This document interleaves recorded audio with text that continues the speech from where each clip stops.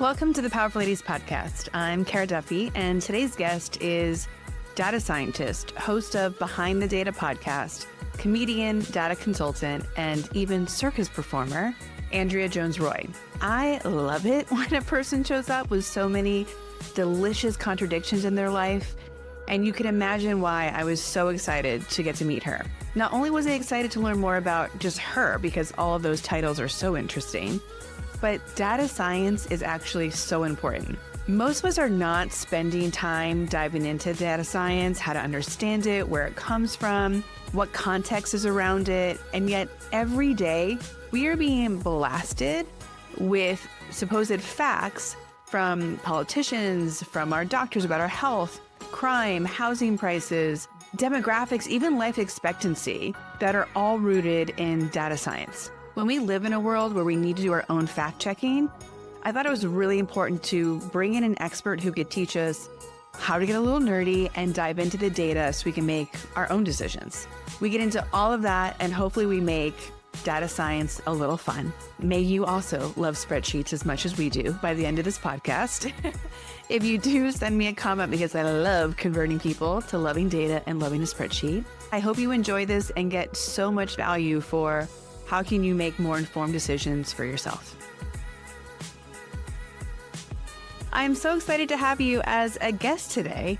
I've heard so many incredible things about you, and I consider myself a nerd who loves data and facts and tracking things and how that correlates. I also love your approach of we're going to lean into everything we care about. Like, who cares about being a niche expert in one area? I wish more of my clients would take that and run with it. But before we go any further, let's tell everyone who you are, where you are in the world, and a few of the things, how you would describe what you're up to. Sure. And thank you for the kind words. I am Andrea. I'm in New York City. I live in a nice tiny New York City apartment with 2 dogs and my partner. So we're all on top of each other, and it's very fun. I am a data scientist. I was an academic professor for a long time, and for the past year or so have been more public facing, trying to get the good news about data science and thinking about data and numbers out in the world. And then I also, in the evenings mostly, do stand-up comedy. And every now and again, I do circus performances. So I do dance trapeze and fire. Hard in New York City. Not a lot of places like you to set things on fire indoors. But in principle, I am available for your next bat mitzvah or whatever. But those are the main things that I do. And for data science, I host a podcast and I give a lot of talks and generally just try to get people who think they're not math people excited about numbers, because numbers can help us understand things. I coach a lot of creative entrepreneurs, and I love nothing more than converting them to the power of a spreadsheet. Yes. Oh, you're speaking my language. Isn't it? I don't know how anyone runs their life without at least a couple good spreadsheets going. So well done to you. Me neither. And my team would tell you that maybe I have crossed the line and there's too many. It would be wrong. I think so too, because I know that I'm not on the extreme edge of what a spreadsheet can do. That's right. And maybe this is TMI for everyone listening, but I recently had to do a 24-hour urine collection lab test. Wow. And while it was unbelievably annoying, and I had to do it twice, which is like a whole other story, I was fascinated by being like, I actually don't know how much I pee in a day. This is going to be some fun facts. Wow. So please tell me this is a spreadsheet that you can pull, you can graph it now? Well, I mean, I could tell you how much total volume I ended up creating in 24 hours. Okay. But I had nothing to compare it to other than what normal is. And that was the only reference. But I've often thought it'd be cool to have a toilet that would tell you like, oh, that was 4 ounces, or are you okay? You're peeing more than normal. Right.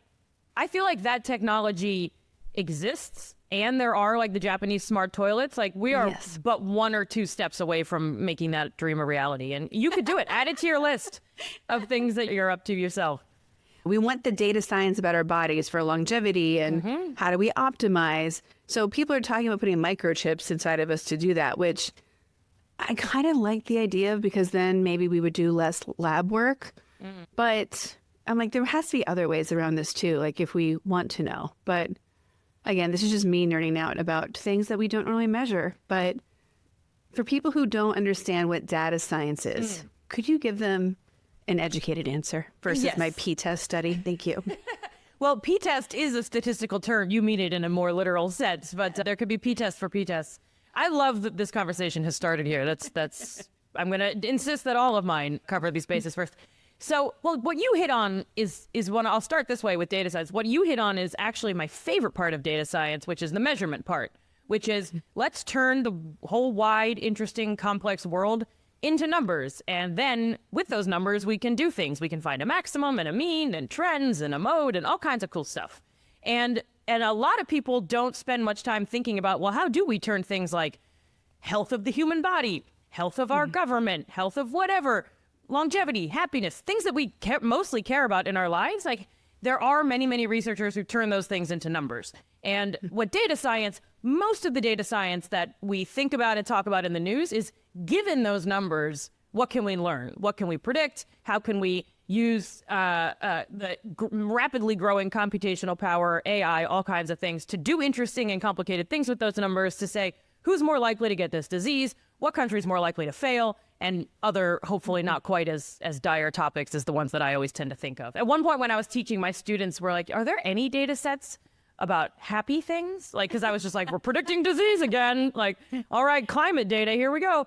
And so that's why I actually now am a big fan of the World Happiness Report, which is a data set about happiness. And thanks to my students who were bummed out by my course. But so data science basically is just extracting information and trends from data and trying to apply those to the world.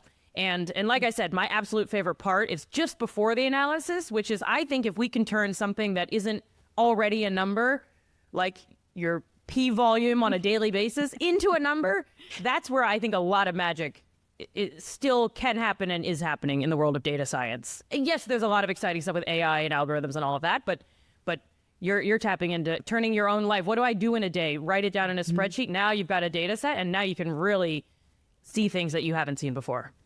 Well, and I have so many of my clients, I'm like, just track your hours. Have your team track per client. I do business coaching, so I'm working with a client and their business. I want to promise more fun, more freedom, more impact, more revenue.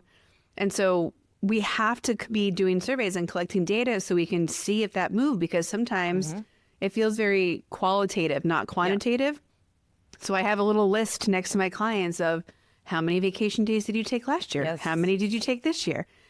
And sometimes they think I'm crazy for tracking this stuff. And I'm like, how else are we measuring if I'm worth your investment, if we're not moving these metrics? Because if we only measured, did you make more money, which is what everyone ultimately cares about, and we are. If I only measured that, we would be missing some of the other things that are really giving space as well. Yes. And when I'm able to quote these percentage increases for across clients, people go, wow.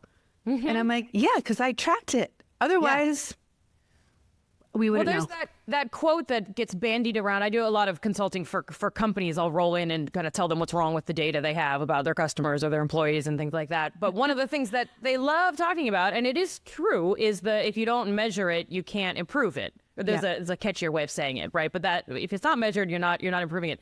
But the challenge is that sometimes if you are measuring it, you can improve it. But that doesn't mean that's the thing you should be improving, which is exactly what you just said around money is like, yeah, I'm making more and more money and I'm more and more miserable. So you're tracking the thing and you're improving on the thing. Even if you're not trying to improve it, if you just see a number every day, you kind of, as humans, we kind of want to gamify and be like, well, I could get more than that, right? I could do more than that, even if that's not even what you care about. And so, I mean, easier said than done, but how can we make sure that we are measuring, whether it's in our own lives or something we care about in the world, it's like, actually, what is it that you care about?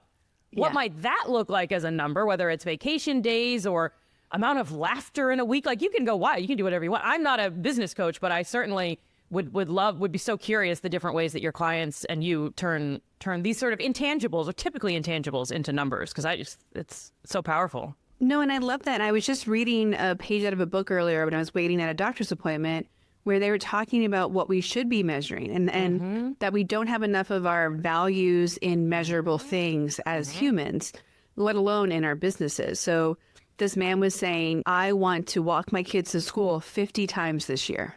That's going to be one of my metrics. And I love the idea that burnout is not a matter of having too much to do. It's having not enough things to do that fill your soul and not living in your values and not taking care of yourself physically. And we can put data and goals and gamification behind our values and what we really want. And often I'm having to ask people, not what number do you want, but what number is enough? Because to your point, we'll keep running at 1,000% and be like, wait, why am I chasing a $5 million business? Like, could I be happy with just like $500,000 and that's enough? One of the big conceptual changes I had maybe in my late 20s was someone pointed out, maybe this comes from economics or psychology, but it might just be something that this person read in a random book. But he was like, there's two types of people. There's satisficers and optimizers. And it's like, when is the satisficers, every way you study it, are the happier ones, because the optimizers, you can always find the next peak. You can always earn a little more. You can even optimize you can run yourself into the ground walking your kids to school every single day to the point where you're exhausted, they're sick of you, they're embarrassed. Because you've just tried to do a 365, you're like, we don't even have school today. It's like, we're going, right? Like, that's the optimizer. But the satisficer is, like, that would be the right amount, or that would be enough. I go out to eat this many times a month. It doesn't have to be 1,000,000 times. It doesn't have to be the fanciest restaurants and it's different for everyone too. I think that's something that I come up with with data a lot with clients is they're like, what's the magic number? What's the thing we should be tracking? What's the right, is it 100? Is it 80? Is it the happiness of our employees? Is it whether they stay? Is it whether they leave? Is it whether they're challenged? And it's like, you get to decide what matters to you as a company or as a person. It's like, if walking your kids, like, I don't have kids, so that metric, I would fail on that metric. It wouldn't make any sense to implement. It'd be a waste of your time to have that on your list. Yeah, every year I'd be like, God, I failed again. Like, just can't get it. But I think that's so important that you mentioned that people don't know where to start. And I think often we don't know where to start because we haven't asked, we haven't looked, we haven't tracked it. People aren't even asking, like, why do I live in this town or this city? Or with 2 dogs and this person, because did I choose this? Did I just end up here? And sometimes I ask that, but And I don't want people to ask those questions to cause an existential crisis, but more of a, did we actually choose this? And it's so easy for the soul of a company, of us, of our purpose, of what lights us up, to get so lost in adding things in because other people are doing it, so we must be doing it too. It's shocking to me how we can lose the plot so easily. Yes. And it's very, a tangible example that comes to mind as you describe that is, I am not a morning person at all. And I do my best thinking at night. Everyone's gone to bed. No one's bothering me, all of that. But the world values morning people on average. I'm shedding that, but it's the number of years of my life I have wasted setting an early alarm and going to bed and lying there awake and just trying to turn myself into someone I'm not because the world says this is what you should do. I mean, we do the same thing with, here's how many times a day you should eat and here's how many hours you should sleep. And it doesn't. Often when I say things like that, people think I'm saying, okay, just pick whatever numbers you want to tell whatever story. It's like, no, you can pick the numbers. You can be thoughtful. Like, this is how much I need to eat and I need to sleep and when I need to go to bed. And then you set those goals based on you. So it's somewhere in between a universal capital T truth and do whatever you want. Nothing is real and there are no goals. Like, you can be thoughtful, but you also really have to, like you said, you really have to check in with yourself or your company or your whatever and say, well, what is it that I care about? What do I want my employees to experience? What do I want to do with my life? If I want to have breakfast with my partner every day, then I will need to learn how to be a morning person. But if I want to do creative work that I'm proud of, he's on his own. So that's it. Well, this is why I love the work of Gretchen Rubin so much. And she has the book, The 4 Tendencies, because we often get judged introvert versus extrovert, finisher versus starter. She has all these things that people can be put in buckets of. I love breaking rules for the sake of knowing what we like, not for the sake of breaking them, just to do so. But when we know there's actually a better way that we should be doing it. But that's also comes back to what you were saying of, are we doing individual data sets or are we just following the average data set? Because I don't play average. I play extraordinary. So we're going to need some more data. Right. I mean, another example, I had some in-laws visiting over the weekend, and they all had Apple Watches with the step counter, and many people do that. I don't, because despite my love of data, I don't want to measure that, because then I'll get weird and walks will stop being fun. It will be, I need to walk more. And there was much talk of how many steps are we doing and how many steps did we do today and this and that and all these things. And I was just thinking, I was like, I don't know that I would want to measure my walks by number of steps. I would want to measure it by, did I see something new? Did I have an interesting idea? Did I go walk a different way home? And so even that, it's such a benign thing. And if they find it useful, fabulous, keep using it. But that's one where it's like, I want to be fit. What's the default thing that people are talking about? Number of steps. Okay, I'll do that. As opposed to saying, okay, that's one way. What else could I measure? Do I feel better when I wake up in the morning? Do I get winded after a half hour or whatever? And I'm not a physical health professional, but even that, it's just the world is dying to give us and sell us devices. Like, no one should buy your pee tracking toilet unless they have a reason to want to know that information. If it's something that you're just like, I'm never going to use that, or if I did, it would not help my life, then great. But if your doctor says this, or you think it's maybe unusual, or it's bothering you, then that's a great resource. So it's, again, you're not just picking the ones that every which way, but you're doing it's hard to talk about this without sounding like a do your own research sort of person, but you could measure anything, and let's just be deliberate about what we're measuring. I guess that's how I would say it. And my two least favorite classes in business school were statistics and Econ 101. And the irony that I use these things more than maybe anything else is not lost on me. But I was an urban anthropology minor. And when we would do things like the economics of ecology or justifying the price of water, then it started to make sense to me how we're applying this into the human context.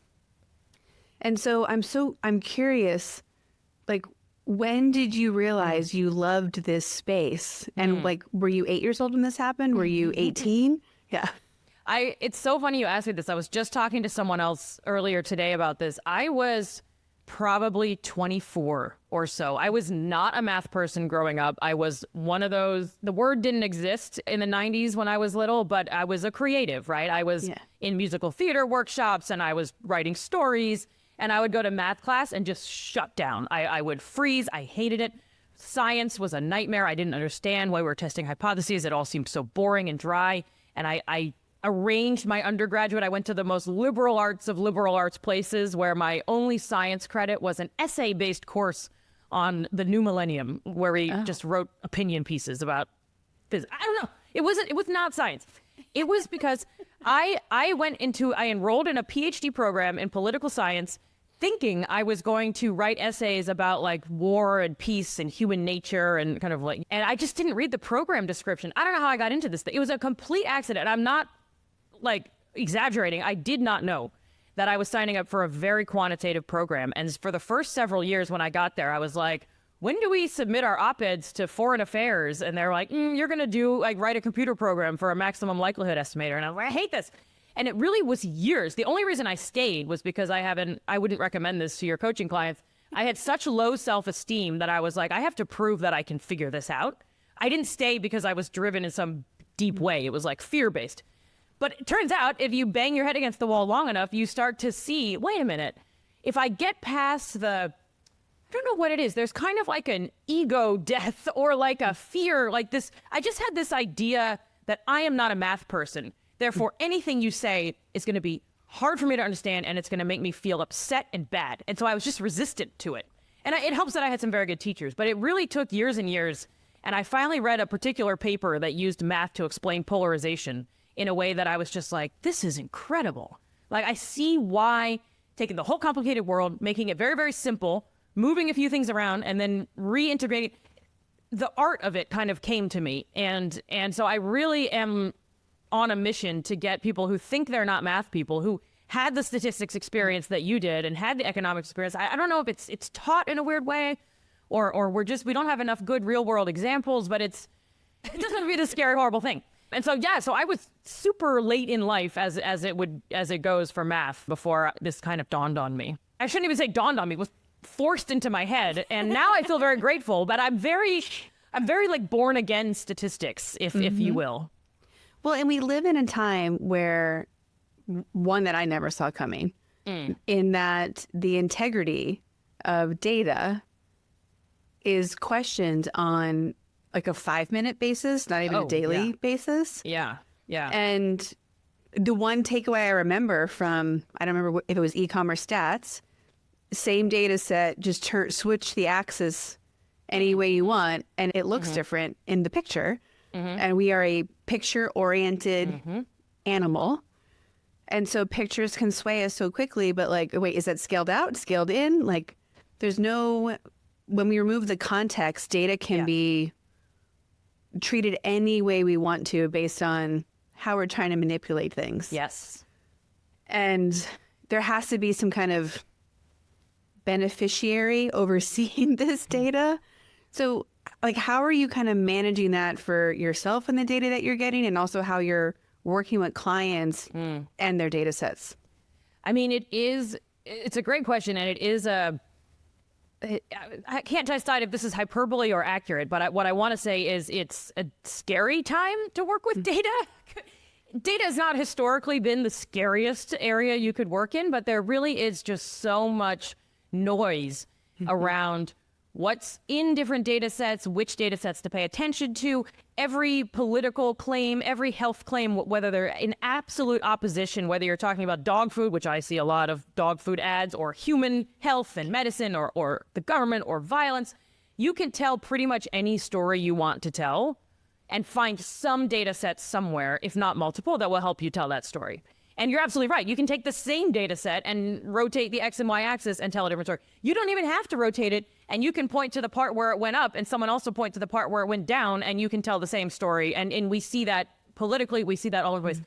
And it's a big shift from even 5 or so years ago. My big message around maybe just before COVID was a lot of people were saying, what does the data say? And the data speaks for itself. We heard that language a lot during COVID, in fact. The data speaks for itself about vaccines. The data speaks for itself about COVID infections. And it turns out the data doesn't speak for itself. We speak for the data, and we tell whatever story that we want. And so one of the things that I really encourage everyone to do, and you don't need, and this goes back to measurement, frankly, you don't need a PhD in statistics to do this, is to anytime someone is making a data-based claim, or you're reading some article that's putting some graph in front of you, you should be able to go either click on the source or look up what the data is that people are citing, and actually look at the data set and look at the documentation and say, where did this data come from? Who collected it? And it doesn't have to be massive math. It can be, was this a study of 12 people on a volunteer basis? Or was this a randomized controlled trial of 1,000 people across the country or the world? And you can look for things like sample size. How did they measure health of outcome or happiness of outcome? And you might be surprised that a lot of these headlines and a lot of these arguments that are technically accurate are misrepresenting the kind of bigger punchline of a particular data set. One of the things that I'm particularly interested in these days is there's a lot of researchers doing work tracking misinformation. So how do you tell how much misinformation is out there? Well, who decides what counts as misinformation? And so there's some interesting techniques, and that's that measurement piece again. But one of the more both somehow comforting, but almost even more chilling findings that I'm finding persuasive these days is that it's not so much misinformation on its face that's everywhere. Like the number is 7 and we're all saying 4. It's really the number is 7, but we're presenting it without context or wrapping it in a narrative that is misleading. So it makes us think that 7 is suddenly really bad when it's actually good. I'm oversimplifying, but so it's misinformation less from the information and more from exactly what you hit on, which is this lack of context. One other kind of maybe a handier tip is anytime someone points you towards a trend or a statistic, this percentage of people say this proportion of people say that, always ask for at least a second data point. Well, what else do you know about this population? Oh, 90% of them are this political party, or 80% of them are over the age of whatever. Like, oh, okay. So even if you can just get one more piece of data about whatever they're showing, your ability to kind of tell whatever story you want crumbles. And so that can be a quick way in if you can't read the documentation, which honestly, if a person is, I could talk about this for a while, if a person is making a data-based claim to you and cannot show you the actual data, I say throw it away. Yeah. Well, and you're speaking to also like the power of triangulation. And on a daily basis, looking at, let's say, e-commerce data, like, oh, like this person has complained twice. I'm like, out of how many customers? Right. And across how many years has this person complained? And how much money have they spent with you? Oh, $5? Right. Just delete it. Right. Right. It's exactly right. And that's, and again, it's not that that number is wrong. No. They did complain twice. That's 100% true. But in this forest for the trees kind of situation, it's like if the rest of the forest is robust, cut down the tree. I don't know why I became a lumberjack in this analogy, but cut it down. You don't need that tree. No, and I feel so much for people who, like, I feel like everyone, women in particular, have extra work to do right now. And it's exhausting. Like, we have to be advocating for ourselves with doctors. We have to be checking our food. We have to be checking where our energy sources come from based on what we believe. Like, everything is requiring us to double check it. And I'm envious of time past when we could just trust that the people who were checking things and giving us the information where things came from were doing it transparently and with integrity. And I know it's partly a technique, right, to have everyone overwhelmed so that we don't look over here type of a thing. But like, I just really feel for people who are slamming their heads against the wall, being like, I cannot believe we're talking about this right now. Like, the Tylenol thing is like the biggest thing right now for pregnant women. And of all the things that we are not doing to help pregnant women right now, we're taking away the only thing that they could possibly have if they were sick, let alone the fact that we pulled back all of their data, all of their research. Right. We're not like, oh, all these things that could actually kill you, we're not going to study them. Right. Healthcare that many need, you're not going to get. We're going to make it much harder, much more expensive. Yeah. It is almost impressive.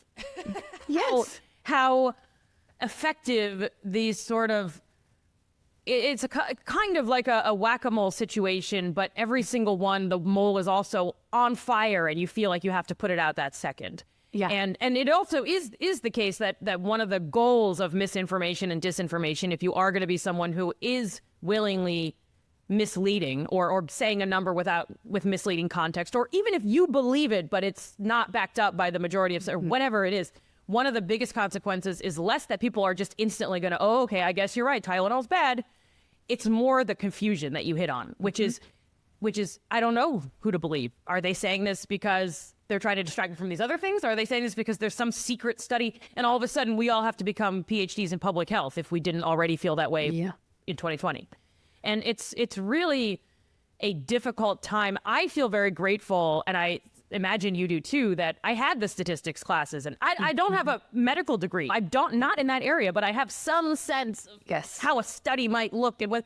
And I can't make heads or tails of a lot of this. I mean, I think Tylenol seems fine, but I'm not but the fact that I'm sitting here being like, well, maybe, I don't know, is exactly the problem. And it's one of those where it's like, the longer we live through this, the more, my working hypothesis is that more information, whether it's in our life or in our politics, more information is not always necessarily better.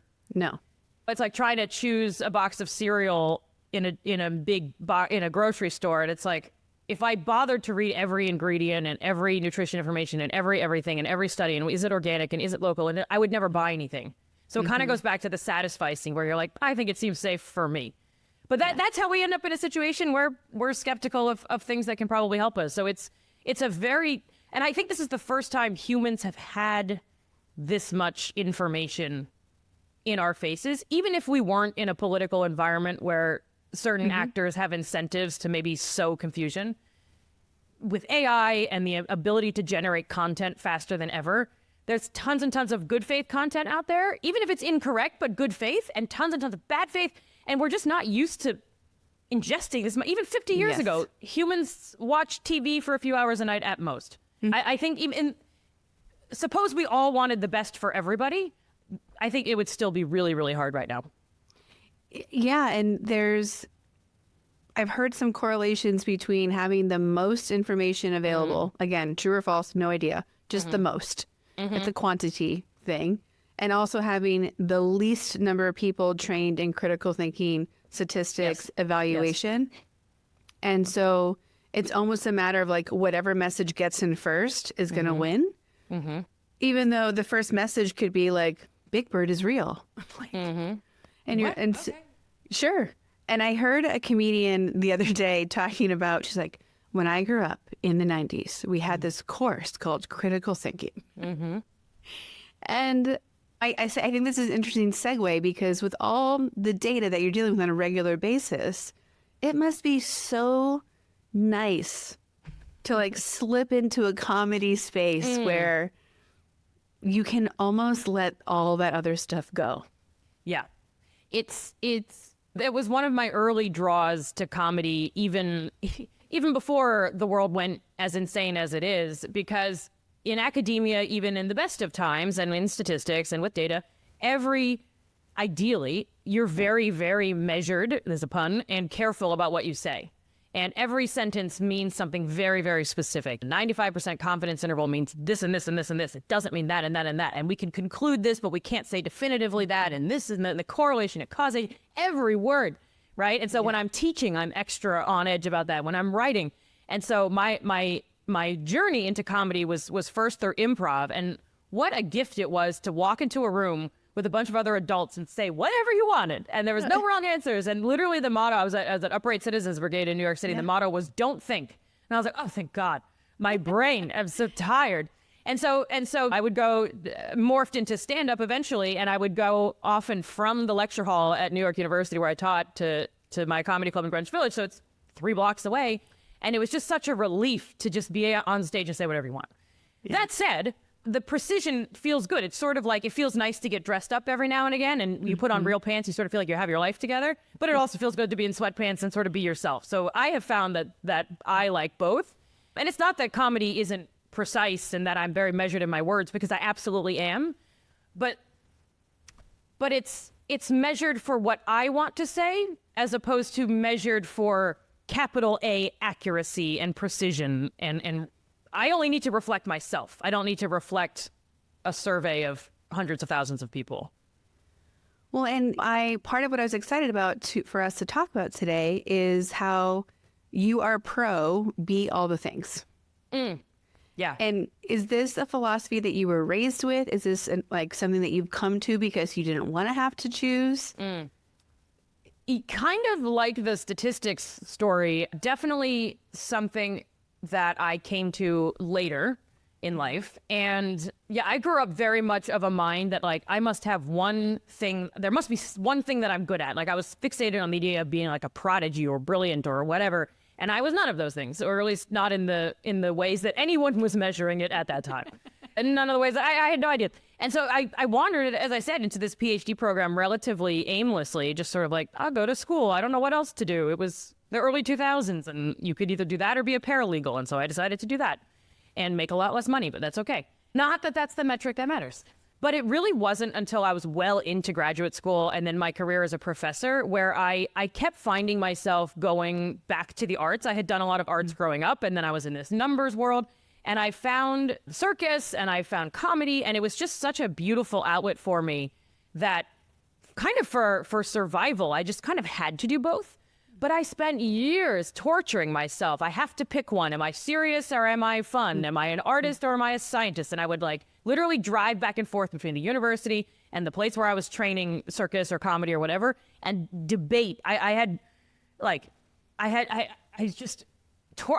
wrote equations to solve it, actually. And I was like, I'm going to optimize and I'm going to do whichever one. And I couldn't figure it out. And it wasn't until maybe my mid-30s, I'm 43 now, it wasn't until my mid-30s that I was like, what if more than one is okay?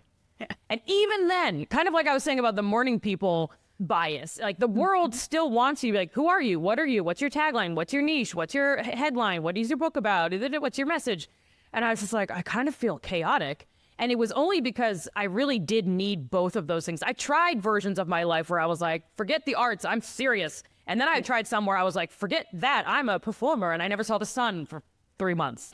And that's great for some. I had to have both. And so it was a lesson learned through I'm very dense. Like the world needs to really hit me over the head with a lesson for me to get it. And so I've eventually come to embrace it. But even to this day, I find myself being like, yeah, but I should have a thing. Like it is just so ingrained. It's something that drives me crazy when people are giving advice about how to, like, you need a tagline so you can market yourself. And I do believe that there's power in giving people a really simple gateway drug that they can say yes or no to. I like that phrase, gateway drug. That's so much more fun than a elevator pitch or whatever. I'm going to use that. Yeah. But there's also this balance of even the person who's like seen on Instagram as there's a woman whose handle is your rich BFF. Mm-hmm.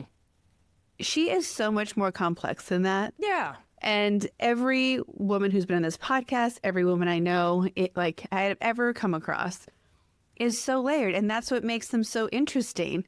Men too. Mm-hmm. But there is some power of like leaning in on like one thing that people are gonna like come in through and then find out more about you. And when I had an aha moment where I said, "Oh, this is who I'm gonna be to strangers versus who I'm gonna be to people who are in the circle." And it kind of gave me some freedom to like pick and play with like what some of those gateway drugs might be. Because like even just having this podcast, I'll have men email me or call me and say, "Do you work with men as a coach?" And I'm like, "Yeah, totally separate businesses." Yeah. Yeah. So the people who want to work with you like still get through. Yeah. They still find you. Yeah. I hate the idea that people have to choose. I don't like people tolerating things. I like matching things together. I like finding where the overlap is and like, let's hang out there. So I love the dichotomy of the worlds that you've created and that you're just hanging out in both now. Thanks. I'm sure you have more than two if we made a list. I do, and it's funny you say that about the men calling, because I have a similar version to that, because the world, again, I feel like I'm just like, the world is against us, but the norms are out there, and it's the society that we live in that we do want a simple bite or headline about a person. Like, oh, this person does AI, that person's a piano player, that person's on Broadway. Yeah. Even though that could be all one person. But I get a version where I get booked to speak, or sometimes don't get booked to speak about data science, because I'll go on the call, like, nice to meet you. What do you talk about? Like measurement and data and everyone and statistics and everything we talked about the first half of this. And they'll say, okay, but just to be clear, you're not going to do comedy during that, right? Like, no, like I'm not going to, funny thing happened on the way to what's the deal with statistics? Like, no, of course not. I mean, if you want me to and you book me for comedy, I'll do comedy, right? Or they'll think like, I hope you don't wear a leotard. You're like, well, I'm capable of being just one of those things as well. And so I feel fortunate that I am able to, and it's a certain level of privilege to be able to walk in a room, and I used to just hide the circus stuff and that stuff, but now I'm more forward about it. But I do think it has cost me jobs, and I think it has cost me, in some ways it's a nice filter, because I say if I'm gonna work with someone, especially long-term, like a client as opposed to a speaking thing, and they think that, oh, I must be unserious because I do these other things, then they're probably not a good fit for anything I have to say anyway. But that's a very privileged position to be in, because also you need to make a living and pay rent and all those things. And so I am trying to be more open about it myself, but that misunderstanding is there for sure. And I'm like the opposite, where the more random things someone has on their list, you're like, I cannot wait to hang out with them. That's how I feel. Yeah. Yeah. Like, oh, I'm reading your resume or whatever. Like, okay. And you're like, and you're like a trained opera singer. Like, let's talk about that. That's so cool. And one of the things, it's somewhere in my life, I have visions of writing a book about people who hang out in more than one space, like fully, right? Yeah. And I'll have to interview you for that book. If I ever write, I have like 10 books that I want to write. So that's one of the trade-offs, is you just can't. Well, if you want a book writing coach, I have two. So let me know. Please. Okay, done. It is about the power of doing these two things. And one of them is the best ideas and inventions and even evolution works by surprising combinations. So you take a toilet and you take measuring pee and you put them together. And that's it. And that's a huge engine for discovery. But we and I saw this when I was a professor, we train students and we train young people, and the typical messaging around careers is pick your thing and focus on it. And yeah, you can have a hobby in the background. And I just think that that's driving us to personal misery, but B, really lost cool discoveries. Think of like amazing medications that were discovered often by accident. I was trying to do something else and I stumbled upon this. We're just not setting ourselves up for like the happy accidents like I feel like used to. Or just self-expression. Yeah. Oh, that too. Oh, right. Authenticity. Right. Well, and this is also my argument about why more people need to think of themselves as entrepreneurs. And I think that title has been taken over by tech billionaires sometimes, or unless you're making hundreds of millions and have a VC fund, you're not really an entrepreneur. And I'm like, it means you don't have a boss, the end. And so you can have multiple income streams, different kind of projects, businesses, whatever you want to call it. But it's about having authority over where your life is going and how you're funding it. Because the trope that we have to pick this thing and stay on this path and keep the course is not only limiting all of the creative potential that you see, it's limiting our ability to listen to ourselves and trust ourselves. And while this message gets shoved into both men and women's throats, it's definitely more harmful for, in my opinion, women who neurologically normally have the octopus of like 8 different plates spinning, and we're told, oh, but only one. Like, and which is it, career or family, for example? Yes. I never see men ask that in the same way. Yeah. No one ever asks a man when he's traveling, oh, where are your kids? Who's taking care of your kids? Yeah. Or says to the husband, oh, you're babysitting today. It's like, oh, no, you're being a father. Yeah. And that's just the career family dichotomy. There's many, many others. Well, and that's why I hate the phrase like work-life balance, because work is part of my life.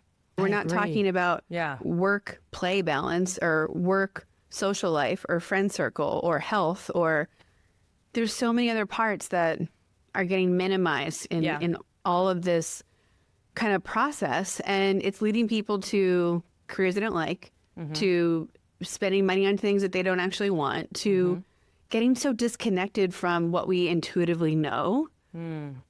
It's why like 8 to 10 is like such a great age to go back to when we're lost, because we've got one foot in, I'm now old enough to make my own grilled cheese potentially, to I can also still have a full imaginary friend situation happening. And so there's something interesting about being half adult, half kid. And it's before we start putting all the backpacks of rocks on that we have to take off. Right. That people are not necessarily putting on out of malice. It's often well-meaning, but it's teachers and guidance counselors and pick a career that's going to get you a job and be reasonable and there's no chance and all of those things. I'm so thrilled that we're talking about this for many reasons. And one very concrete reason is next week I'm going to a conference and I'm preparing myself to have to introduce hey, Andrew, who are you? And for most of my life, I would just say I'm a data science professor. That was my, I guess, gateway drug. And one of the reasons truly that I stayed in academia as long as I did, even though it was not right for me, there's much that I love about it, but it was just not the right field, was because of dreading going to these professional events or even family events. Like, what are you doing these days? Who are you? What are you about? And just having a title to go to, I'm a data scientist, I'm a data science professor, was just easy. And so I stayed in this job for the title, for random meetings with strangers so that I could sound like I had my life together. So one takeaway I'm taking is I'll just say I'm an entrepreneur, amazing, and it's also accurate. But the other is again this idea that I must reduce myself to the one thing, and then I'm balancing that with my life, and that is how life works. And there's just I'm over that dichotomy. I'm so with you. Yeah, it's too small. Yeah. And we're at a point in the world where we need more people lit up by what they're doing and feeling good about it. I mean, I just think sometimes, like, I have no data on this, so we'll have to maybe go find some. But I'm sure that there's a correlation between the unhappiness level that people have and their satisfaction with the work they're doing and feeling fulfilled. I am sure you are correct. And like good data scientists, we will not conclude definitively until we find the data, and we'll have a follow-up demonstration with spreadsheets. But I would be shocked if you're not correct. And frankly, I think I think part of the reason, and this is a vast oversimplification, but I would imagine that part of the reason we're all so miserable and we're all so angry, or at least speaking in the United States, is because we have had so much meaning, or our complexities have been simplified so much that we kind of don't have anything in our own lives. And so we just are lashing out at, I mean, there are a lot of injustices, but I think that a lot of them are being caused because we're very unhappy. And there's we're also fearful and we're angry. And while there are many injustices that have data behind them and are completely valid, there's also a lot of the illusion of injustice that we're dealing with as well. And that's the part that kind of baffles me. And I was talking to a podcast guest earlier today about, what if we were in front of these people, we would give them food, let them in our house. They could like, we are good to our neighbors. We are good to our friends. And then there's something happens when like the data set gets too big and we go, no idea who those people are. They're the enemy. They're the threat. They're the ruining my way of life or whatever. I mean, here's an even what I found a very surprising one, but politically, if you ask Americans, what do you think of Congress? Every American, left or right, middle, will say Congress is terrible. It's ineffective. It's awful. It's a nightmare. You say, okay, well, what do you think about your representative? And most are fine with their representative. And so it's like either we all have really good representatives or we just have this, there's something in, like you said, this jump from the small end to the large end data set where you're just like, this is the enemy and this is bad. Look, I'm not going to stand here and defend Congress because it's not doing much of anything. But it is an interesting example of exactly what you're saying, which is like person to person, someone on the street needs food or a jacket. Like, I'm here for you. But then I hear about this thing en masse and the me versus herd mentality, the us versus them takes over. Yeah. When you are looking at the journey you've been on and how you've gotten to where you are today, how have other powerful women kind of guided you, nudged you, pushed you to get you to where you are today? Well, a big shout out goes to my therapist, very powerful and very, very patient with my nonsense. Another one is I had the pleasure of working with a career coach for the last few years named Megan Hellerer. I don't know if you are in similar circles, but we worked together for a few years, and she, similar to you, was very much like, I'm going to oversimplify everything that we just said, but basically was like, you have to do something that you enjoy on a day-to-day basis. Like, stop with the goals and the loftiness, and if only I get here, then I'll be happy. And it was very kind of brass tacks, like, go out of the house and walk around and notice what you like. Notice what makes you excited. Walk into a bookstore and see what books you just naturally... And so just really kind of remember, and maybe that it is the 8 to 10 age group. So she's been, and she has a book out and all these things. And so she's been very, very helpful. And I think another one I would say is my aunt. My aunt is a diplomat for the U.S. Government Foreign Service. And from the very, very beginning of my life, she was always flying off somewhere cool and telling a bunch of men in suits what for. And I just thought that was just the coolest thing. And this is the 80s and 90s when people gave Hillary a lot of grief for daring to have any kind of perspective on politics as first lady. And so my aunt Beth was very much a role model for me, just in terms of like, yeah, you can walk into a room of all men who think that they're the kings of the world, and you have every right to be there, if not more of a right to be there, and you're worth listening to. And so from the beginning, I feel very fortunate that she's someone that I've had in my life to look up to. When you look at the words powerful and ladies, how would you define them? And when they're next to each other, does the definition change? So the word powerful, I hate to say it, but it does conjure like the Hulk and like strong and muscles and bodybuilding and all of that. And I'm sure if I did a Google image search or whatever, I would get a bunch of dudes lifting barbells. And so you think physical strength, and unfortunately I think you do think kind of more masculine energy. And then the word ladies, it's so funny. I've been thinking about that word more in anticipation of this conversation because it's not a word that I hear much, with the one exception that when I was in high school, for a few years, I ran on the cross-country team. So, like, we kind of 3-5 mile races through the woods, stuff like that. And for some reason on that team, we all called each other ladies. It's like, good job, ladies. Keep going, ladies. Like, you got it. And it was the only sport and world. And so in my mind, ladies is an athlete. Even though lady, is like a person in a ball gown, probably, according to Google. And so separately, I both of them kind of conjure a physical strength. And then when you put them together, I definitely imagine an emotional and mental and psychological strength as well. Like, powerful on its own, I only think physical. Ladies, I kind of think either athletes or like a princess or something like that. But together, when I heard the title of this podcast, I was like, oh, this is about people who know their worth and are not afraid to demand or insist on a life that they want. And ideally a life that, if it's in service of what you want, it's in service of others as well. So it's, I think when you put it together, it actually feels very holistic, despite my very simplified version of the individual words. Did you say powerful? Okay. We ask everyone who comes on where they put themselves in the powerful lady scale. If 0 is average everyday human and 10 is the most powerful lady you can imagine, where would you rank yourself today and on an average day? And yes, of all the people we've ever had, I should give this data set to you. If you have this data, I would be thrilled. We could do a survey. We can compare it with other things. So the scale is from 0 to 10. Is that? Yes. Okay. I would say, and a self measure is always complicated and interesting. I would say probably I would perceive myself to be a 6, which is probably pretty good. Yeah, I would say 6 right now, and on an average day, maybe 4. Okay, perfect. Yeah, I feel like those should be higher. See, this is where the data scientist gets in the way, where I'm like, there's a better number out there, but you're polluting your own data. Yeah.